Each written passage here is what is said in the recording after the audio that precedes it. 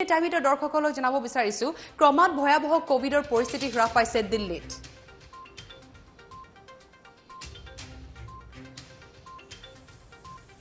কেজৰিৱাল চৰকাৰৰ এয়া বৃহৎ সাফল্য।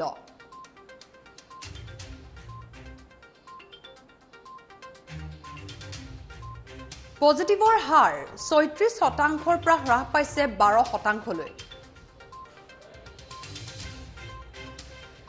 কোভিড সংক্ৰমণ ২৮,০০০ৰ পৰা ৮,৫০০লৈ হ্ৰাস পাইছে বুলি জানিব পৰা গৈছে।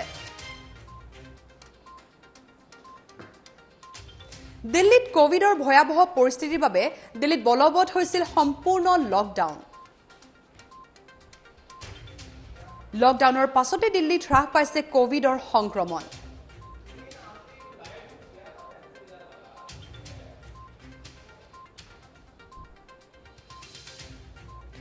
পাঁচ শতাংশৰ তললৈ পজিটিভিটিৰ হাৰ নমনালৈকে কঠোৰভাৱে বলবৎ থাকিব লকডাউন বুলি জানিব পৰা গৈছে। কোভিডত মূল উপাৰ্জনকাৰীয়ে হেৰুওৱা পৰিয়ালক আগবঢ়াব আৰ্থিক সাহায্য। কোভিডত অনাথ হোৱা শিশুসকলৰ সম্পূৰ্ণ দায়িত্ব বহন কৰিব হেনো কেজৰিৱাল চৰকাৰে। বিগত ২৪ ঘণ্টাত দিল্লীত কোভিড সংক্ৰমণ হ্ৰাস পাইছে ১০,০০০লৈ। দিল্লীবাসীয়ে কোভিড বিধি মানি চলাৰ বাবে ধন্যবাদ জনাইছে অৰবিন্দ কেজৰিৱালে।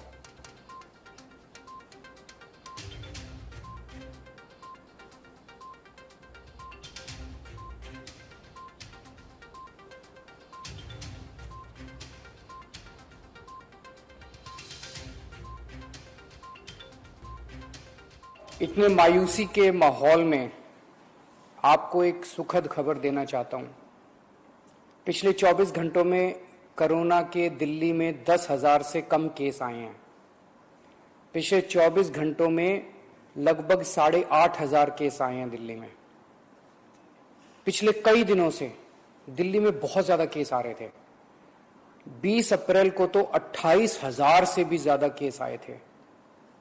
आज 8,500 केस आए हैं।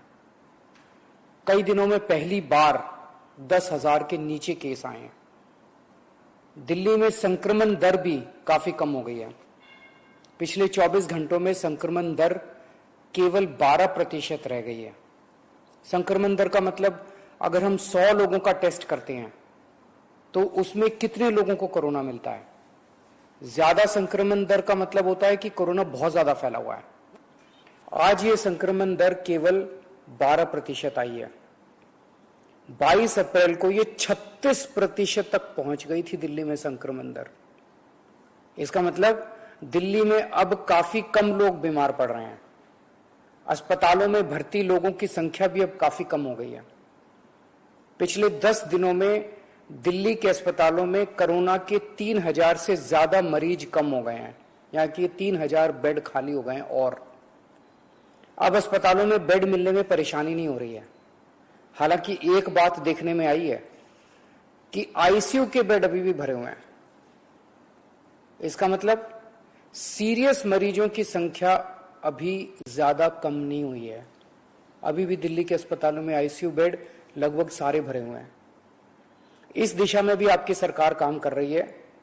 लगभग 1200 नए आईसीयू बेड बनके तैयार हो गए हैं और आज या कल में ये चालू होने वाले हैं।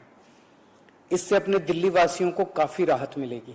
दिल्ली में जो केस कम हो रहे हैं इसमें हर दिल्ली वासी का बहुत ज्यादा सहयोग रहा है। हमने दिल्ली में बहुत कड़ा लॉकडाउन लगाया लेकिन दिल्ली वासियों ने उसमें पूरा सहयोग किया।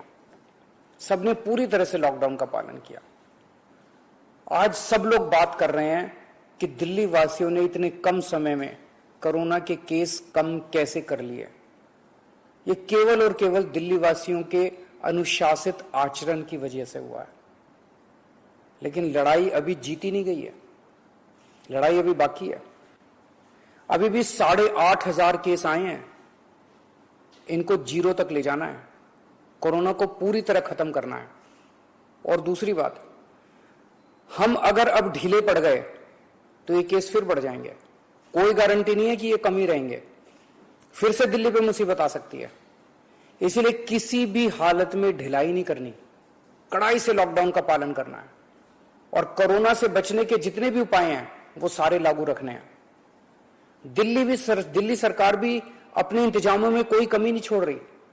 हम अभी और नए ऑक्सीजन बेड बना रहे हैं, ऑक्सीजन के कई हजार सिलेंडर खरीद रहे हैं, नए नए आईसीयू बेड बना रहे हैं, ताकि भगवान ना करे अगर कोरोना के केस फिर से बढ़ गए तो हमारी तैयारी में कोई कमी नहीं होगी। मैं ऐसे कई बच्चों को जानता हूं जिनके दोनों माता पिता चल बसे, अब उनका इस दुनिया में कोई नहीं है।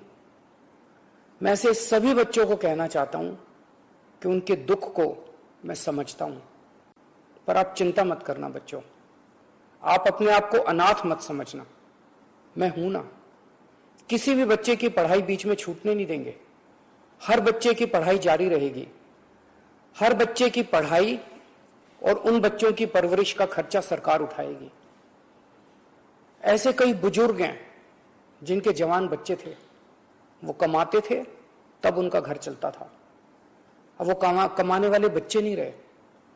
ऐसे सभी बुजुर्गों को मैं कहना चाहता हूं कि आपके बच्चे चले गए, इस बात का मुझे बेहद अफसोस है, लेकिन आप चिंता मत करना, अभी आपका ये बेटा जिंदा है।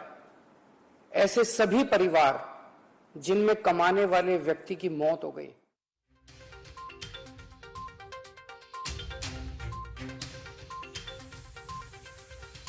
নাথ হৈছে তেওঁলোকৰ সম্পূৰ্ণ খৰচ বহন কৰিব দিল্লী চৰকাৰে। লগতে দিল্লীবাসীকো ধন্যবাদ জ্ঞাপন কৰিছে কঠোৰ যি নীতি নিৰ্দেশনা জাৰি কৰিছিল সেয়া মানি চলাৰ বাবে।